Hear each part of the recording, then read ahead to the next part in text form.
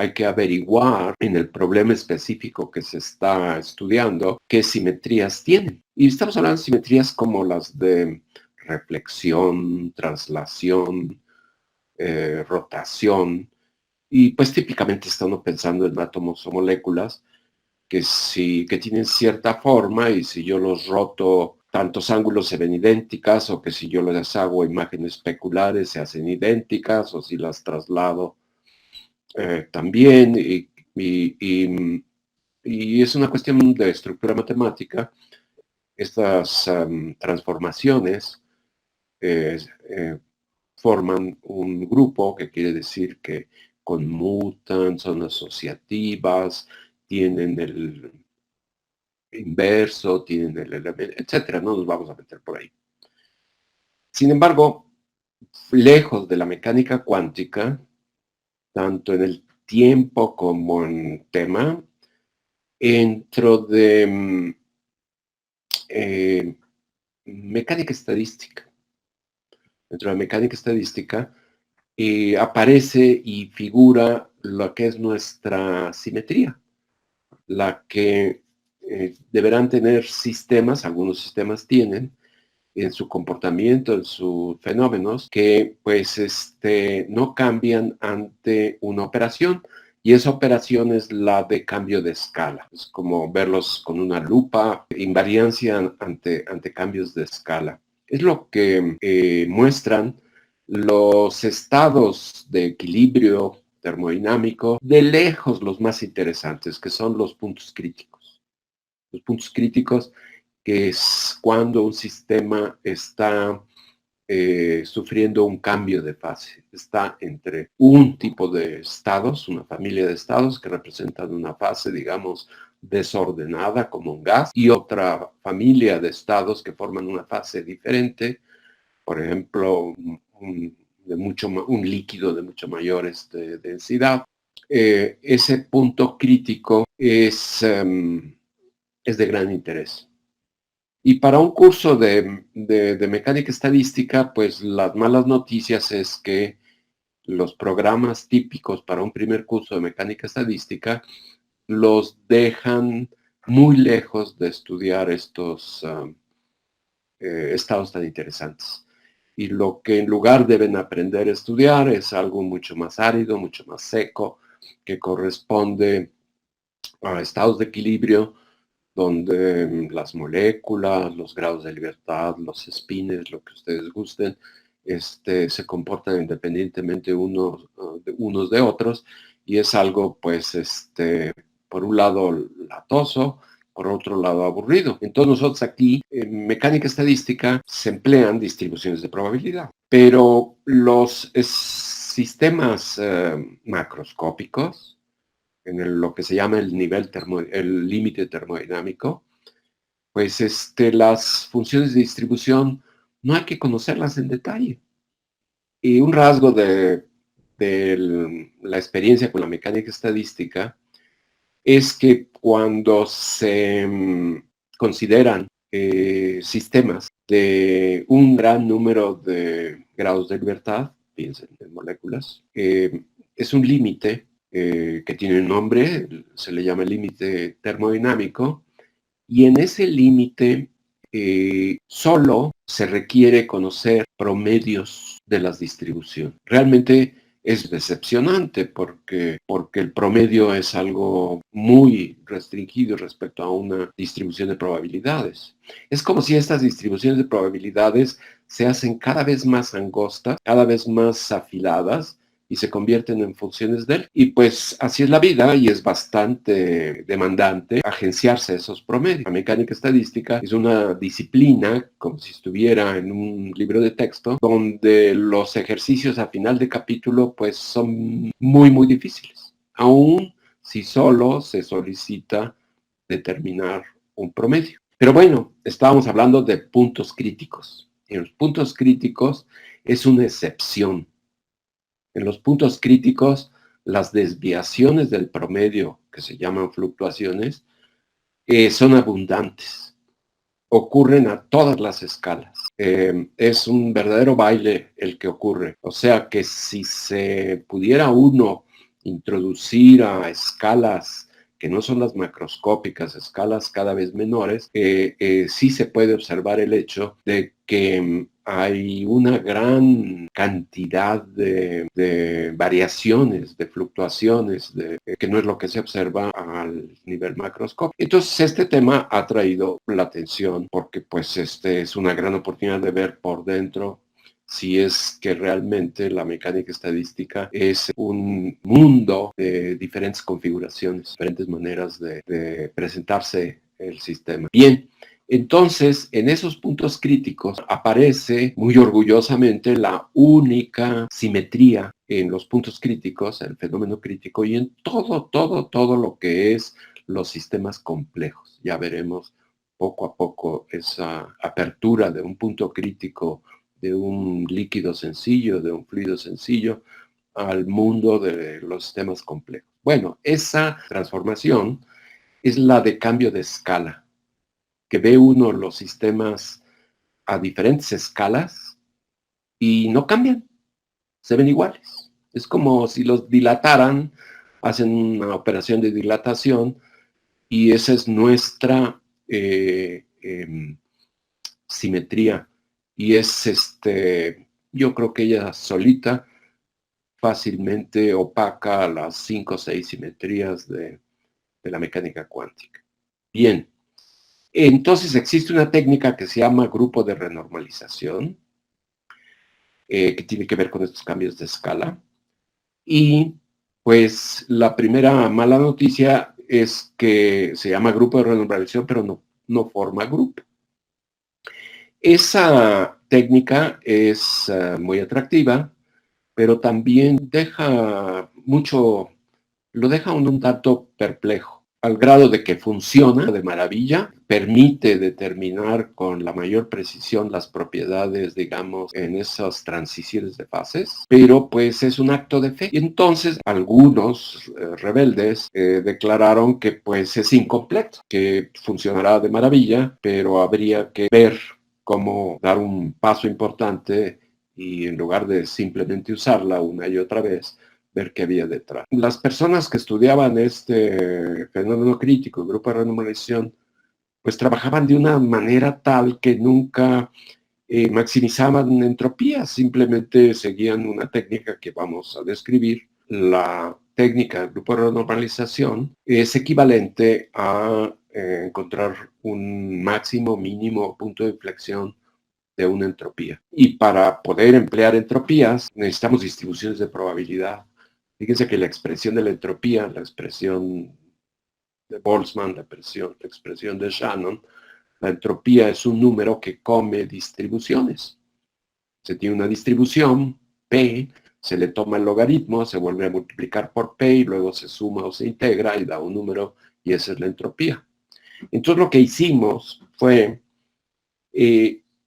porque ya había estos rasgos, estas pistas que dejó el trabajo que presenté la vez pasada de Montrol y Schlesinger, que esta caminata de Weierstrass, ¿qué tal si fuera simplemente un punto central en un problema de mecánica estadística? ¿Qué quiere decir eso? Que una vez especificado la distribución de un solo paso, pues se podría construir las trayectorias, las probabilidades de todas las trayectorias y luego ir extrayendo propiedades de interés. Pero el juego es empezar con una distribución de un solo paso y seguir adelante. Entonces aquí tomamos una actitud un tanto diferente, que es en lugar de tomar nada más una distribución particular, pues la extendemos a una familia. Y aquí está escrita en la parte que estoy señalando.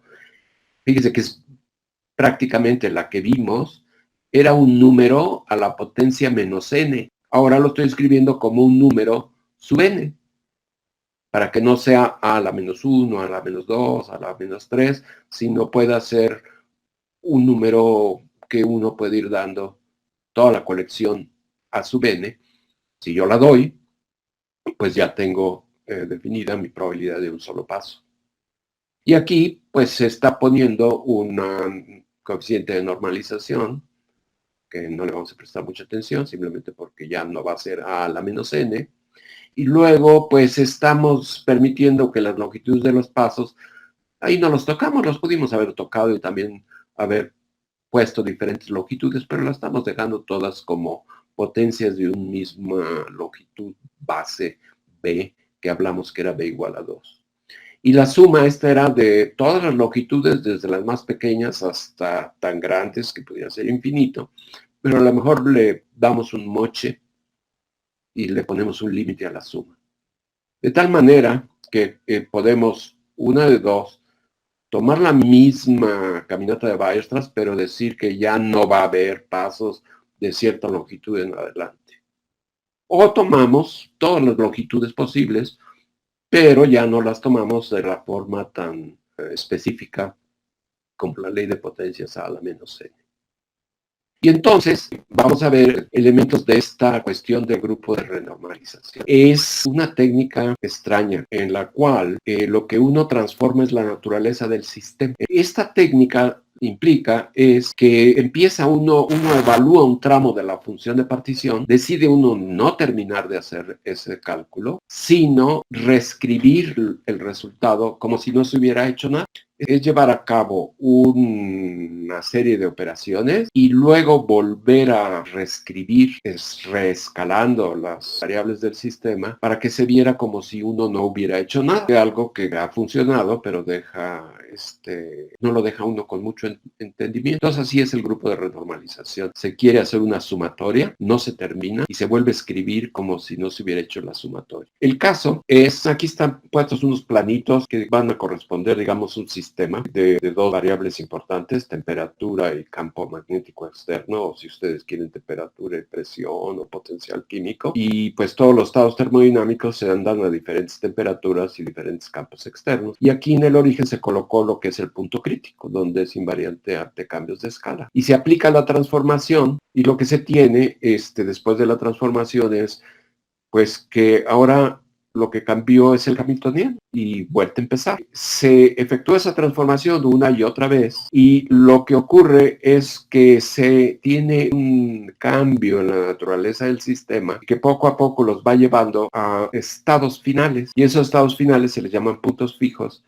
Y esos estados finales representan, digamos, el alma, por así decirlo, de las fases que están involucradas, como una caricatura. Todos los estados que corresponden a la fase de alta temperatura, digamos un gas o un sistema de espines desordenado, los lleva al estado de temperatura infinita, todos desordenados, un gas perfecto, un gas ideal. En cambio, si hubieran empezado a temperaturas menores, también se va llevando a lo que es el estado a temperatura cero, todos los spins ordenados o todas las partículas ordenadas en un cristal. Es lo que siempre ocurre. Fluye el sistema ante la transformación hacia puntos fijos triviales que representan, son imágenes de las dos fases. Y no hay nada más.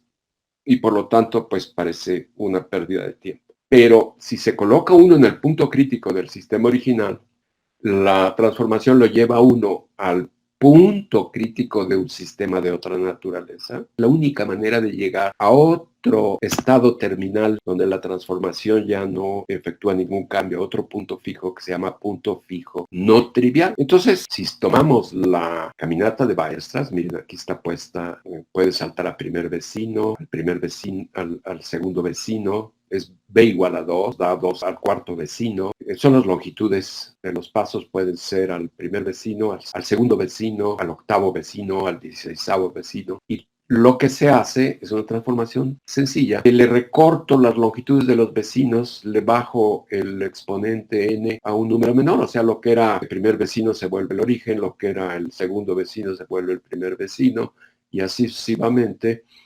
Y fíjense que el sistema tiene dos parámetros, que es la longitud de los pasos que estamos viendo, las longitudes de los pasos y los castigos o pesos estadísticos de esas longitudes. Entonces la transformación dice, pues llévese las longitudes, recórranse a longitudes menores bajándole el exponente en una unidad. Y los pesos, los castigos estadísticos, transfórmelos multiplicándolos por un número. Es una receta. Y eso lleva a un punto fijo, trivial, que es la caminata a primeros vecinos. ¿Sí? Pero también tiene un punto fijo no trivial, que es todos estos números a sub n se vuelven los que definió originalmente Montrol y Schlesinger. Entonces, esa era la sospecha, que por puritita casualidad, Elliot Montrol construyó, diseñó una caminata para poder observar este teorema del límite central y su generalización. Observó que tenía oscilaciones logarítmicas y una serie de propiedades de una singularidad que surgió y le veía características que tiene la función de Weierstrass de invariancia ante cambio de escala y que se parecía, así lo menciona en su trabajo, a lo que estaban encontrando sus colegas en el gremio de los estudiosos del fenómeno crítico con esta técnica de grupo renormalización y lo señaló. Lo que nosotros aquí quisimos ver mucho tiempo después es que qué tal si la caminata que diseñó Montrol con Schlesinger, qué tal si le pegó sin darse cuenta a el punto fijo no trivial de un problema que correspondería no a una caminata, sino a una familia infinita de caminatas. Y que al hacerlo, pues se puede calcular con estas distribuciones P minúscula que van apareciendo, entropías, y observar cómo está la entropía del punto fijo trivial, cómo está la entropía del punto fijo no trivial, y si son máximos o mínimos o cosas por ese estilo. Lo que aquí les estoy mostrando es para ilustrar que sí se puede considerar una familia de ellas infinita y ver cómo están relacionadas. Y de hecho, pues lo que ocurre, se puede diseñar una transformación, que aquí se las mostré, y también se puede ir calculando este cambio en la distribución P minúscula y se pueden calcular entropías. De tal manera que esta técnica de grupo de renormalización nos dice que no importa cuál es la distribución de un solo evento, el ir repitiendo los eventos, irlos conectando, como es en una caminata aleatoria, uno después del otro, llevan siempre a una forma final de la distribución de un número infinito de eventos, y que esa es la distribución gaussiana, la distribución normal. Y también vimos su generalización a las distribuciones de Levy. La imagen que se pueden ustedes hacer mentalmente es que se tiene una familia infinita de distribuciones para n eventos, pero están colocadas como en un tazón, como en una cuenca de atracción, donde en el fondo, siempre van a llegar al fondo cuando llegan al número infinito de pasos, o aquí cuando efectúan esta transformación que les mostré, y ese punto en el fondo de toda la familia, o si quieren en el máximo, si lo quieren voltear, es un punto en que la entropía es o máxima o mínima, y es el punto fijo no trivial del grupo de renormalización. Y esta técnica es muy diferente, que cada vez que se aplica esta transformación, lo que se altera es la naturaleza. Entonces nos estamos moviendo transversalmente, estamos observando cómo cambian las propiedades de un sistema al cambiar su naturaleza, más que al cambiar sus parámetros termodinámicos. Entonces, el viaje es cambiar la naturaleza del sistema, cambiando la distribución, la forma de distribución de paso, y estamos visitando familia de caminatas aleatorias, más que observar las propiedades de una sola tipo de caminata aleatoria, que es lo que estábamos viendo. Lo que es importante es, si se quieren ver estos estados que tienen invariancia de escala, colocarse en un punto crítico, aplicar la transformación una vez, estar conscientes que va a estar uno en su punto crítico, que no es el punto crítico de A. Y si la van aplicando, van de punto crítico a punto crítico, y así se siguen hasta que llegan al final del viaje y terminan en un punto fijo, el que llamamos no trivial. Y entonces surge hasta la pregunta más que interesante. Bueno, fue un viaje a través de puntos críticos de sistemas de diferente naturaleza. Ese punto fijo no trivial, el último de ellos, ¿qué representa? ¿Qué naturaleza representa? Bueno, es como el alma de todos los puntos críticos. Y sí le valió la pena a la gente del grupo de renormalización, a Kenneth Wilson. Él obtuvo el premio Nobel en física, en mecánica estadística, precisamente por haber señalado esta transformación, haberla depurado y haber mostrado que ese punto fijo no trivial valía la pena, porque una vez que se tiene ese punto fijo no trivial, de ahí se extraen los llamados exponentes críticos de las leyes de potencia que se observan en las propiedades termodinámicas. Esos exponentes críticos que son muy valiosos, obedecen reglas entre ellos y son comunes a la familia infinita de sistemas. Solo cambian con la dimensión, solo cambian con algo también parecido a la dimensión, y señalaron por primera vez estas clases de universalidad. Estas caminatas aleatorias en este jueguito que les mostré de la caminata de Weierstrass, todos pertenecen a una misma clase de universalidad. Bueno, se resolvió un problema que tenía muchos años, le dio un premio Nobel a una persona y el grupo de sus tutores marcó un momento importante en la mecánica estadística. Y ahora ha reverdecido esta misma faena que ocurrió en las transiciones de fase continuas, los puntos críticos, en los sistemas complejos. Recuerdan que cuando presentamos la función de Weierstrass y vimos el teorema del límite central y vimos su generalización, apareció una derivada matemáticamente en el procedimiento matemático que le llamamos derivada fraccional. ¿Cuántos tipos de derivadas conocen ustedes? Por ejemplo, pues la derivada ordinaria, ¿no? Pues es la de todos los días. Luego las derivadas parciales, ¿verdad? Luego existe un límite muy curioso cuando el número de variables de una función se va a infinito.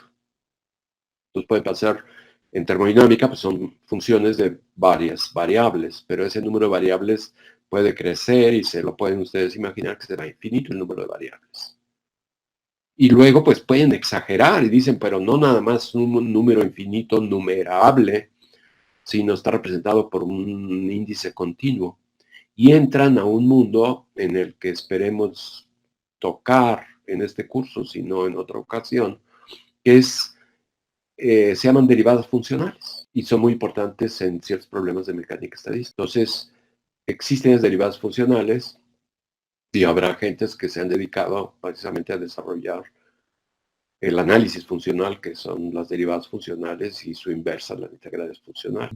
Tocamos nada más, sin decir cómo se efectúa, nada más vimos su transformada de Fourier, la derivada fraccional, que quiere decir que no efectúan la derivada un número entero de veces, sino un número real de veces, en la derivada fraccional. Y sí se lo recomiendo, existen libros y aplicaciones. Y existe otro tipo de derivada que mencioné brevemente, que es la que están viendo ahorita en esta lámina, que es una derivada en la que no se está haciendo una translación, sino se está haciendo una dilatación o contracción. En lugar de ser f de x más epsilon, que es un número por x, lo está multiplicando por un número a la x.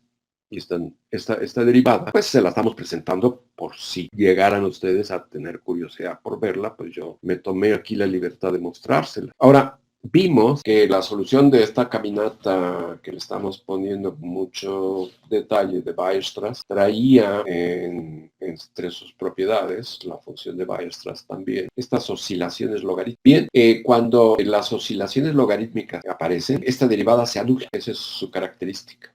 Este tipo de derivada vale cero. Fíjese, la derivada común y corriente es cero cuando la función es una constante. Esta derivada es cero cuando la función tiene oscilaciones logarítmicas. Y sí les mencioné que las oscilaciones logarítmicas encuentran su sitio en las leyes de potencias, es decir, números a una potencia, como los exponentes críticos del grupo de renormalización, del fenómeno crítico. Las leyes de potencias.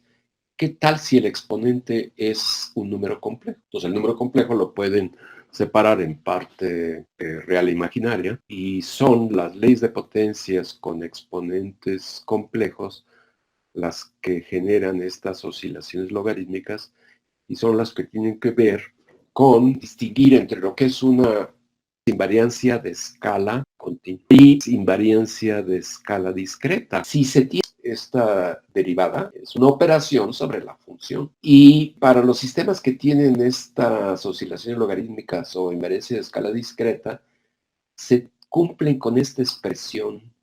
Y si la ven, o yo se los digo, es porque se mencionó que la ecuación de Schrödinger es una ecuación de valores propios, ¿no? Y eso es mecánica cuántica. Pero nosotros no estamos ni de cerca en la mecánica cuántica, pero sí se cumple esta ecuación. Es una ecuación de valores propios.